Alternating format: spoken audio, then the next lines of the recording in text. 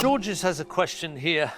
If a market garden demands non-natural patterns for the sake of efficiency and productivity, how can one mitigate the ill effects of dispensing with natural patterns? Well, you don't have to, because natural patterns are efficient and productive if you design them the right way.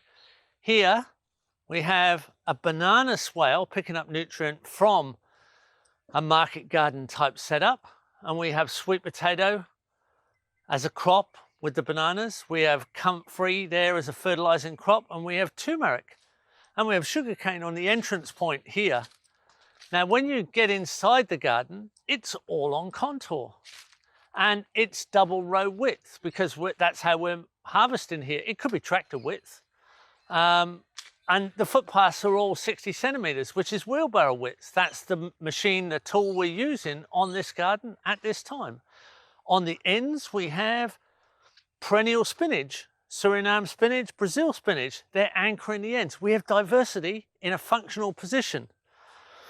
We've actually got some really interesting yields, like we've got a very expensive clumping bamboo that's germinating as a stake. Quite a good yield, that one, surprising. Accidental yield. But then we have diversity in the system. So if you want efficiency and productivity, you have to time your diversity so you can plan it well, you can harvest it well.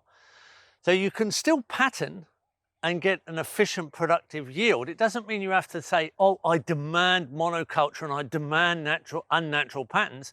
You can work with natural patterns to a minimum with an efficiency of mechanical harvest or mechanical planting.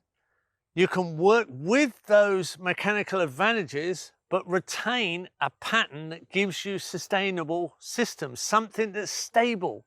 Sustainable means it's stable, and stability gives you the fertility, and fertility gives you the productivity. So you retain soil fertility.